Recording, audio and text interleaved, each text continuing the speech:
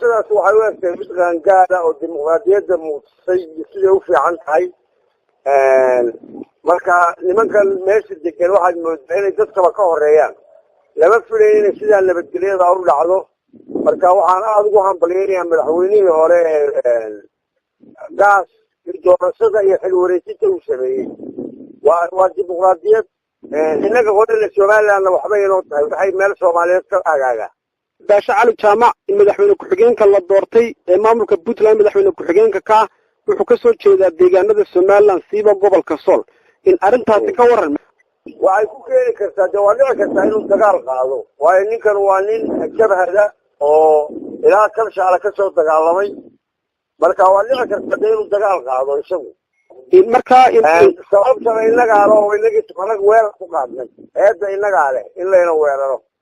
markii uu madaxweyne muuse biixi deegaanka tukaraq uu weeraray wuxuu sheegay inuu dhil uu tegayo somaliland ay leedahay xuduuddii somaliland aan la wada gaadhin adiga taasi maanay ku muuqanin ima muuqato anigu aniga hore uga hadlay wadanka waxaa ka socday heshiisyo adiga ogaa shirarkii awrbogays ala caddeeye iyadoo heshiis iyo wanaag lagu tegi lahaa dadka degaano waa dadkii heshiisyada kaga baxay ya ee doorashada kale ilaa kacaya tegay habka loo geli karo annagaa deganayna xabad hadduu qaaday dee wuxuu ka baxaasay waad ogtahay in boqolaal dadka ku dhinteen oo labada dhinaci waad ogtahay inuu dad badan barakiciyey oo degaankaan anigu kasoo jeedaa beelihii awrbogays ku shiraya inuu barakiciyey waxaas oo dhan waa ka dignay ka daabaan nidhi marka hadda wixii dagaal yimaada axmed karaas eedda yeelan maayo waxaa yeelanaya maamulka somaliland iyo xukuumadda kulmiye oo markaa maxay ku yeelanayaan waxay ku yeelanayaan dagaal bay qaadeen iyadoo heshiis la wado waad ogtahay dhulbaanta weli somaliland ma aaminsana ma garata waxay dhahaan somaliland la wadalaaan rabnaa dee muusaa diiday kulmiye in markaa somaliland maxaa ka maqan mar haddii wasiiro deegaanadiina kasoo jeeda ay somaliland ka yihiin wasiirada ugu sarreeya sida wasiirka biyaha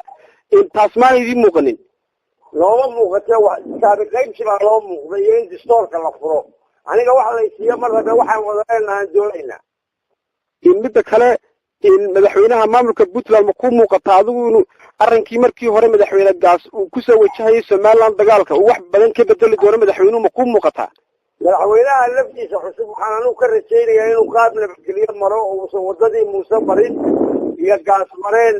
inuu wada nabadgelyo maro anigu waa ka rajaynaya laakiin ninka madaxweyne ku-xigeenka dhulkiisii le waa maqan yahay sidee loo gelaya haddaan tukarag looga kicin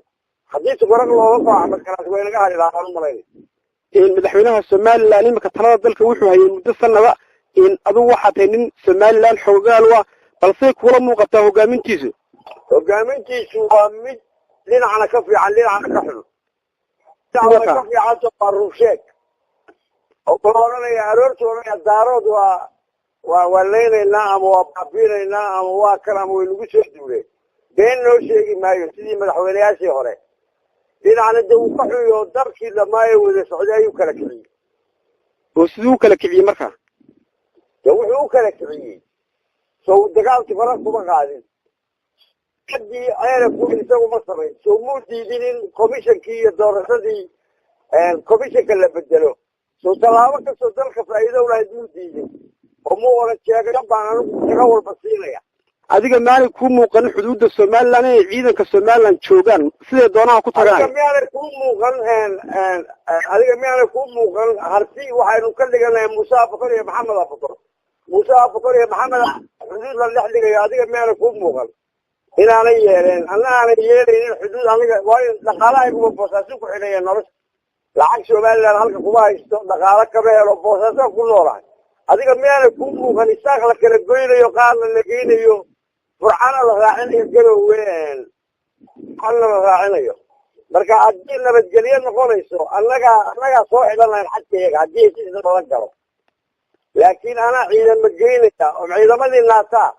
ciidamada laleeyahay ilaa gaalkacyo ku socdaan marka adigu waxaad leedahay ciidamada somaliland sifahay ku tegeen deegaanka tukaraq ma aha mid wakti xaadirkan loo baahnaa waa sifo qaldan baan leeyahay sababay u tegeen ma jirin heshiiskaa socday dabeedna weerar bay qaadeen dad bay barakiciyeen 30 kun oo qoys baa UN-ku sheegay inay kiciyeen oo dadkii maatada ahaaya oo waraabayaal cuneen oo lugaaya cuneen annagu waxaanu samaynay iyadoo aan xabad shilin nala siin oo aniga laygu leeyahay dayntii aan ku galay Soomaaliya 250 kun baan ku leeyahay Muuse Bixi iyo Siilaanyo oo markaa guryahaygii baan u xaraasay daynta Soomaaliya u galay iyo shirarkii Awurboobtii aan cadeeyay marka waxa weeye wakiila awoodaashii la haysan jiray daacayso ninku awooga haysan jiray la haysto wasiir markaa waxaad leedahay imika Somaliland وأنا ودي أرجع ولا دجال في قصة على بوت العام تدوش ده. والله ما يعني بوجي وملاهيجا أنا قلت كل أحمد كراسي وصل قرانا هني حدوا له تجين بنانو قرانا يا لكن ما قرانا يو وح عليه. دجال أنا قلنا لها بمي أنا وحنا له دلك ونوصل له دال وحسب الله ما له تواتير لها معارض تواتير سيء وأنا قلت شوارع لها أنا ماشي دلك أنا شوين أنا ما أنت لا تعال الحبل وكذي ذكره. معارضة لكن وانا غبين ضدك كانوا تريا إنك حكومة الصوماليلاند ما لو رن كرين حاجة قبلها بريق الدجال بيجلسي نادامة ومالمية وجودن بي ساعد يوريك يبغيها هذا الدجال مشاريع الذي هرجليه قبل كسول ما يكون مغن مشاريع الذي هرجليه مكر قبل كسول الوزير هذي وقاعد رئيس الدي اف تسير جلسي شيل تو بيرشدا قالوا بيصير كوكب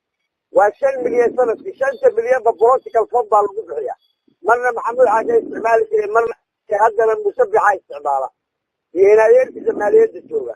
مشاريع لقيه رجليه قدوميها قولها وكيلة وزيرك أرمها جودها يوزيرك بيو مشاريع ذي سلق البوليس وحبرشة عاصمات كم إذا هاي المشكلة وحبر كمان رجليه صدق يستيشن بوليس وتصوار ومال روح الحرية أنا بسوانو على كائن يساوي وحمل وحترية لكن dadka markaa station police la rabo in lagu xiro dadka lagu caburiyo way wadanta taalo karaas fasaxba caburi gaara ka jira emergency law ba saaran ciidan beeladiya jiraan dalka kale ka jirin qalaayirka ayo la kala qaban marka waxa soo dhabaatida marka leedahay gobolka Sool xabad baan ka ridiyaa deegaankaaga amnigiisu way kor u kacdo aad rabin way muuqata anigu ka ridaayaan ku laakiin nin kale waa sidoo mucaarad محبط مرة ما كينا كاين هنا سيدين معارض كاتب حسن محبط بين الدوري يا واي قالوا كده حسن